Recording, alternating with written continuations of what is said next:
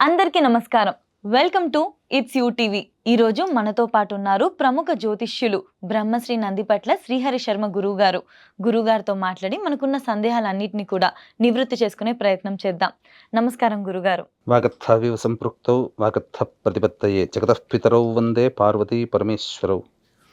ఆదిత్యాయ చ సోమాయ మంగళాయ బుధాయ చ గురుశుక్రశనిభ్యశ్చ రాహవే కేతవే నమః. శృంగేరి జగద్గురు పీఠాధిపతులకి, కంచి పీఠాధిపతులకి నమస్కారములు తెలియజేసుకుంటూ కార్యక్రమాన్ని ప్రారంభిద్దాం. గురుగారు, మనకి ధనత్రయోదశి అయితే వస్తుంది. అసలు ధనత్రయోదశి యొక్క విశిష్టత తెలియజేస్తారా?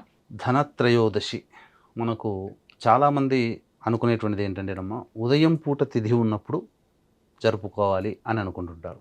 అంతేకాకుండానమ్మా, ఈ ధనత్రయోదశిగా చెప్పుకునే అక్టోబర్ 18వ తారీఖు రోజున చాలా ప్రాముఖ్యత ఏంటంటే ఉత్తరా నక్షత్రంతో ఉండడం.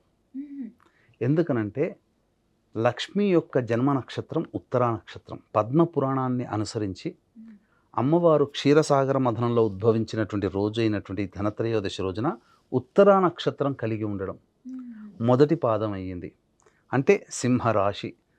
ఇక్కడ మీకు గమనించుకుంటే స్థిర రాశిలో చంద్రుడు ఉంటాడు, స్థిర లగ్నంలో మీరు పూజ చేసుకుంటారు. స్థిర లగ్నం అయినటువంటి 7:29 నుంచి 9:30 స్థిర లగ్నం. అలాగే చెప్పేటువంటి స్థిర రాశి, చంద్రుడు ఉన్నటువంటి స్థిర రాశి సింహరాశిలో ఉండగా జరుపుకోవడం అనేటువంటిది అత్యంత మహిమాన్వితమైనటువంటి రోజు. ఇటువంటి రోజు దుర్లభమని చెప్పవచ్చు. సాక్షాత్తు అమ్మవారి జన్మ నక్షత్రం ఈ రోజు ఉండడం మహావిశేషంగా చెప్పవచ్చు.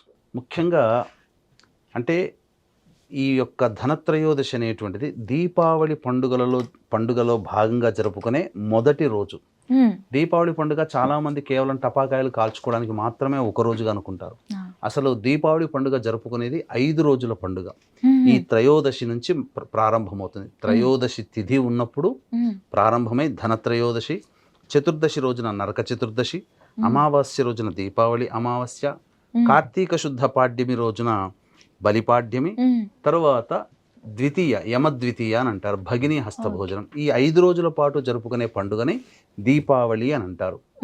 కాబట్టి మొట్టమొదటి రోజైనటువంటి ఈ త్రయోదశి తిథి మనకు ఈ అక్టోబర్ 18వ తారీఖు రోజున మధ్యాహ్నం నుంచి ప్రారంభమవుతుంది. వీక్షించేటువంటి యూటీవీ ఆధ్యాత్మిక ప్రేక్షకులు కూడా గమనించాల్సింది ఏంటంటే, ఈ పండుగలన్నీ కూడా, దీపావళి పండుగలన్నీ కూడా రాత్రి సమయంలో జరుపుకునేటువంటి పండుగలు కాబట్టి సాయంకాల ప్రదోష కాలానికి ఈ యొక్క త్రయోదశి స్పర్శ ఉన్నప్పుడు ఈ యొక్క త్రయోదశి అనగా ధనత్రయోదశి జరుపుకోవాలి.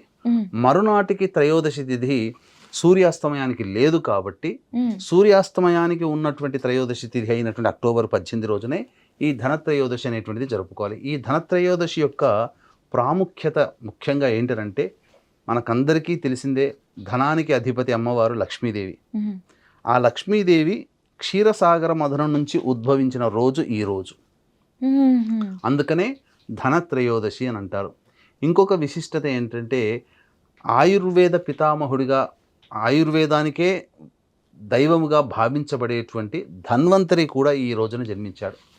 ధన్వంతరి ఆ యొక్క విష్ణు అవతార స్వరూపుడు కాబట్టి ఒక చేతిలో అమృత కలశము, ఒక చేతిలో జలగని పట్టుకొని అభయహస్తము వరదహస్తముతో 4 చేతులతో ధన్వంతరి ఈ రోజునే ఉద్భవించాడు. ఆ తదనంతరమే అమ్మవారు ఇంద్రునికి సంబంధించినటువంటి వాహనము ఐరావతము, తెల్లని గుర్రమైనటువంటి ఉచ్చైశ్రవం, రెక్కలతో కూడుకున్నటువంటి ఉచ్చైశ్రవము, అవన్నీ కూడా హాలాహలము, అవన్నీ కూడా క్షీరసాగర మథనంలోనే ఉద్భవించాయి.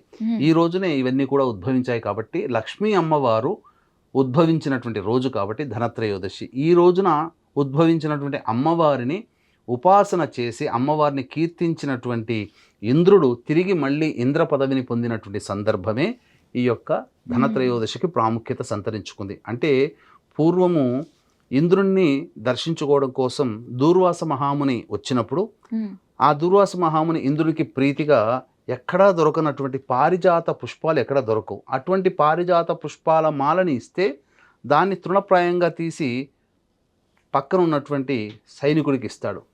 అతను తన యొక్క సంబంధించినటువంటి వాహనానికి ఇస్తే పక్కకు పడేస్తుంది. నేను ఇచ్చినటువంటి మాలని అగౌరవపరిచాడనే ఉద్దేశంతో, ఏ యొక్క పదవి చూసుకొని నీవు ఇంతగా ఉవ్విళ్ళూరుతున్నావు, ఇంతగా సంబంధించినటువంటి అహంభావంతో ఉన్నావో అటువంటి లక్ష్మి నీ దగ్గర నుంచి వెళ్ళిపోవుగాక అని చెప్పి శపిస్తాడు. లక్ష్మి అంటే కేవలం డబ్బనే కాదమ్మా, శీలము, సౌఖ్యము, సంపద, ఐశ్వర్యము, తర్వాత భోగము, భాగ్యము, అంగరక్షకులు, పదవి, కళ, అన్ని, సంతోషము, ఇవన్నీ కూడా సంబంధించినటువంటి లక్ష్మిలో ఉండేటువంటి అంతర్భాగాలు. ఎప్పుడైతే ఇది వెళ్ళిపోవాలని చెప్పించాడో అన్నీ కోల్పోతాడు. అప్పుడు బ్రహ్మాది దేవతలందరూ విష్ణువు దగ్గరికి వెళితే అప్పుడు ఆ విష్ణువు లక్ష్మీ అమ్మవారు ఇప్పుడు ఇక్కడ లేదు కాబట్టి సాగర మథనంలో ఉండిపోయింది కాబట్టి సాగర మథనం జరిగితే అమ్మవారు ఉద్భవిస్తుంది. అప్పుడు మీరు అమ్మవారిని ప్రార్థించండి, తిరిగి కోల్పోయిన సంపద అంతా నీకు వస్తుంది, లక్ష్మి వస్తుంది అనగానే ఆ విధంగా క్షీరసాగర మథనం, ఆ విధంగా ఇంద్రునికి పదవి పోవడం వల్ల క్షీరసాగర మథనం అనేటువంటిది అప్పుడు ప్రయత్నం జరుగుతుంది. ఇది దీనికి ఉన్నటువంటి విశేషం.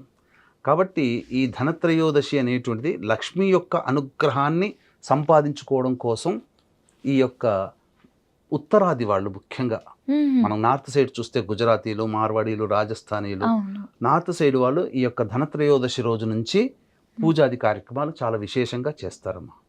గురుగారు, ధనత్రయోదశి రోజున అందరికీ కూడా బంగారం తెచ్చుకునే సెంటిమెంట్ అయితే ఉంటుంది కదా, అసలు ఆ రోజు ఇంటికి తెచ్చుకోవాల్సిన వస్తువులు ఏంటి గురుగారు?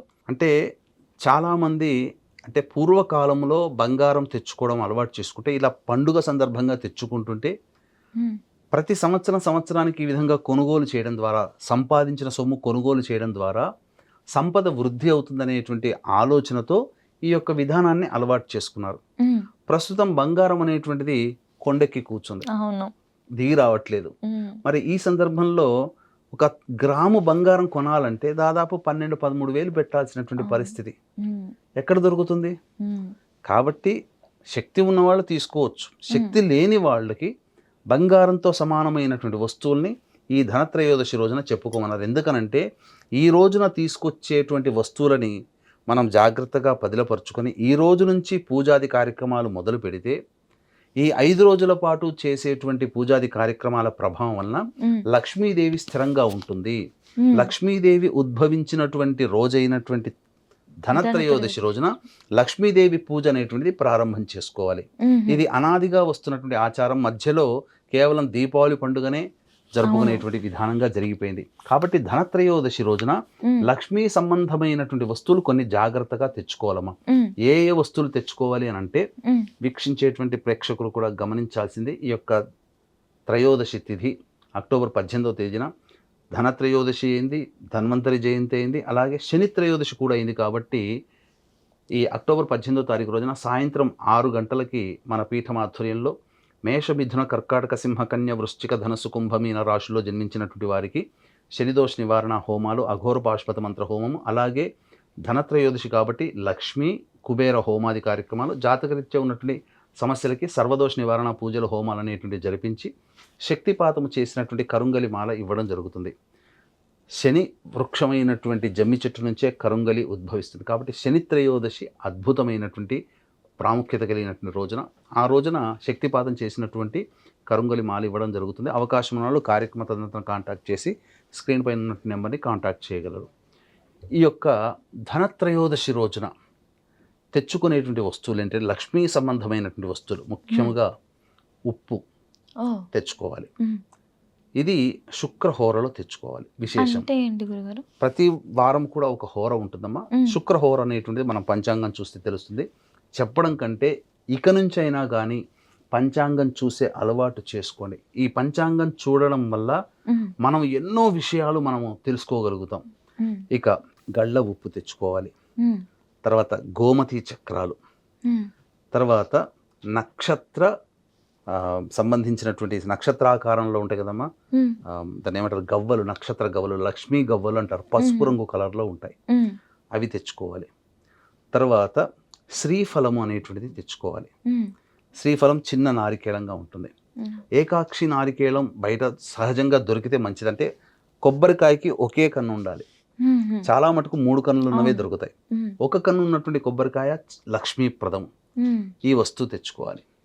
తర్వాత ప్రధానంగా జాజికాయ, జాపత్రి, ఇలాచి, తర్వాత లవంగాలు, అలాగే కుంకుమ పువ్వు, ఈ వస్తువులు కూడా లక్ష్మీప్రదమైనటువంటి వస్తువులు. పచ్చకర్పూరం, ఇవన్నీ తెచ్చుకొని ఒక జాగ్రత్తగా ఒక మూటలో పదిలపరుచుకోవాలమ్మా. తర్వాత తప్పకుండా తీసుకురావాల్సినటువంటి వస్తువు ధనత్రయోదశి రోజున కొనాల్సినటువంటిది ఉమ్. చీపురు కట్ట. ఓహో. ఎందుకనంటే మన ఇంట్లో ఉన్నటువంటి దుమ్ము ధూళిని తీసి పారేసేది సాధనం చీపురు కట్ట, అవును. అంటే లక్ష్మీప్రదం. ఉమ్. కాబట్టి చీపురు కట్ట ఆ రోజున కొనుక్కొచ్చుకోవాలి. ఉమ్. ఇక ఈ ధనత్రయోదశి రోజున ముఖ్యంగా పసుపు కూడా కొనుక్కొని రావాలమ్మా. ఓకే. విశేషం, ఎందుకంటే లక్ష్మీప్రదము. ఉమ్. ఇక మారేడు దళాలు ఉమ్. లక్ష్మీప్రదానికి సంబంధించినటువంటిది. ఉమ్. ఈ యొక్క ధనత్రయోదశి రోజున ఈ యొక్క వస్తువులు అనేటువంటివి కొనుగోలు చేసుకొని రావాలి. ఈ రోజు నుంచి పూజ అనేటువంటిది ప్రారంభం చేయాలమ్మా. ఓ. ఆ, లక్ష్మీ అనుగ్రహం పొందడం కోసం పూజ ఈ ధనత్రయోదశి అయినటువంటి అక్టోబర్ 18వ తారీఖు రోజు నుంచి ప్రారంభం చేయాలి. అయితే చెప్పండి. గురుగారు మీరు తెచ్చుకోవాల్సినవి చెప్పినారు కదా, ఏవైనా తెచ్చుకోకూడని వస్తువులు కూడా ఉంటాయా గురుగారు? తెచ్చుకోకూడని వస్తువులు అని అంటే ప్రధానంగా ఇనుము సంబంధమైనటువంటి వస్తువులు, ఉహు. అంటే నూనె పదార్థాలు ఉమ్. ఏవి కొనుగోలు చేయకూడదు. చెప్పులు కొనుగోలు చేయకూడదు, శనివారం వచ్చింది కాబట్టి. ఓ. ఇక తర్వాత ప్లాస్టిక్ సామాన్లు, సీసపు వస్తువులు ఏవి కొనుగోలు చేయకూడదు. ఓ. ముఖ్యంగా ఇది ఈ ధనత్రయోదశి రోజున ఉమ్. మనం తీసుకోవాల్సినటువంటి జాగ్రత్తలు. ఇక వీలైతే ఈ యొక్క ధనత్రయోదశి రోజు నుంచి మొదలుకొని యమద్వితీయ వరకు కూడా ఉమ్. బ్రహ్మచర్య వ్రతాన్ని ఆచరించాలి. దాంపత్యం పనికిరాదు. ఉహు. ఇక మాంసాహారము, మద్యపానము, ధూమపానము ఇవి నిషేధము. ఉమ్. వీక్షించేటువంటి ప్రేక్షకుల అలవాట్లు ఉన్నట్లయితే ఉమ్. ఇవి చేసుకోవాలమ్మా. లక్ష్మీ పూజ మాత్రం చెప్పబడినటువంటి సమయంలో చేసుకోవడం ప్రారంభించాలి. ఉమ్. ఎందుకనంటే ఈ లక్ష్మీ పూజ అనేటువంటిది స్థిర లగ్నంలో చేసుకోవాలమ్మా. ఉమ్. అంటే జాతకరీత్యా దీనికి ఒక సంబంధం ఉంది. దీపావళికి ఉమ్. చేసే పూజా విధానాలలో ఉమ్. ఏం సంబంధం అంటే స్థిర లగ్నాలు అనేటువంటివి వృషభము, సింహము, వృశ్చికము, కుంభము. ఉమ్. వీటిట్లో లక్ష్మీదేవి అధిష్టాన దేవతగా ఉన్నటువంటి లగ్నము వృషభ లగ్నం. ఉమ్. మిగతా లగ్నాలలోకెల్లా లక్ష్మీదేవి యొక్క అనుగ్రహం ఈ లగ్నంలో సంపూర్ణంగా ఉంటుంది. కాబట్టి ఉమ్. ఈ యొక్క వృషభ లగ్నము సాయంకాలం 7:29 నుంచి 9:29 వరకు ఈ యొక్క వృషభ లగ్నం ఉంటుంది. కాబట్టి ఈ వృషభ లగ్నంలోనే లక్ష్మీ పూజ ఈ వస్తువులను తీసుకొని వచ్చి పూజా మందిరంలో ఏ వస్తువులు అయితే కొనమన్నామో ఉమ్. చీపురు కట్ట తప్ప మిగతా వస్తువులు కొనుగోలు చేయాల్సినటువంటివన్నీ కూడా ఉమ్. ముత్యపు శంఖము కూడా కొనుగోలు చేయాలమ్మా. దొరుకుతుంది, అన్నీ కూడా షాపులో దొరుకుతాయి. ఉమ్. ముత్యపు శంఖము, అలాగే ముత్యము కూడా కొనుగోలు చేయాలి. కొనుగోలు చేస్తే ఇంకా వెండి కొనుగోలు చేస్తే మంచిదమ్మా. ఉమ్. వెండి వస్తువులు కొనుగోలు చేయాలి. ఉమ్. తరువాత ఇక దక్షిణావృత శంఖము అని ఉంటుంది. ఉమ్. ఆ సందర్భంలో కొనుగోలు చేస్తే చాలా విశేషం. ఉమ్. ఈ విధంగా చేసి అప్పుడు ఈ సందర్భంగా పూజాది కార్యక్రమాలు ఆ సమయంలో ప్రారంభం చేయాలి.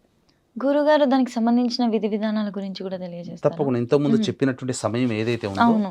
సాయంకాలం 7:29 ఉమ్. ఈ పూజా వస్తువులు కొనుగోలు చేస్తాం కదమ్మా. అవన్నీ కూడా ఎర్రటి గుడ్డలో కానీ, ఉమ్. పసుపు రంగు గుడ్డలో కానీ, ఆకుపచ్చ రంగు గుడ్డలో కానీ ఇవన్నీ పెట్టి దేవుడి చిత్రపటం ముందర లక్ష్మీ కుబేరుడి చిత్రపటం దొరికితే చాలా విశేషం. ఉమ్.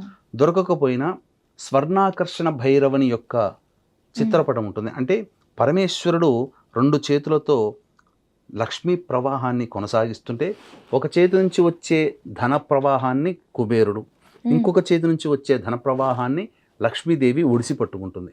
ఆహా. ఎందుకనంటే ఈశ్వర ఆరాధన ఈ సమయంలో చాలా విశేషం. ఉమ్. పైగా శని త్రయోదశి కూడా వచ్చినటువంటి సందర్భం కాబట్టి ఉమ్. ఈ సమయంలో 7:29 నుంచి 9:29 మధ్యకాలంలో శివాలయంలో శంఖు పుష్ప పూలతో కానీ, వీటిని అపరాజిత పుష్పాలు అంటారు, తెలుపు రంగు అలాగే నీలి రంగు పుష్పాలు ఉంటాయి. ఉమ్. ఆ పుష్పాలతో ఈశ్వరునికి అర్చన చేసిన, ఉమ్. మారేడు దళాలతో ఈశ్వరునికి అర్చన చేసిన, ఉమ్. లేదా ఇంద్రకృత లక్ష్మీ స్తోత్ర పారాయణం కానీ, అలాగే సర్వదేవకృత లక్ష్మీ స్తోత్ర పారాయణం కానీ, ఏది లేకపోతే లక్ష్మీ అష్టోత్తరం కానీ, శ్రీ సూక్తం కానీ ఈ 2 గంటల సమయంలో ఎన్నిసార్లు వీలైతే అన్నిసార్లు ఉమ్. పూజ చేయడానికి పారాయణం చేసుకుంటే చాలా విశేషం.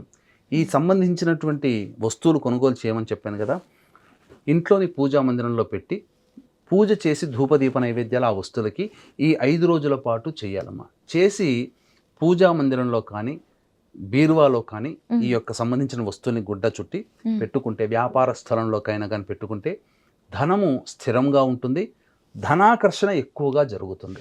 తద్వారా వ్యాపారం చేసుకునే వాళ్ళకి వ్యాపారం అభివృద్ధి అవుతుంది, సంపద కోసం ఎదురు చూసుకునే వాళ్ళకి సంపద అభివృద్ధి చెందుతుందని చెప్పవచ్చు.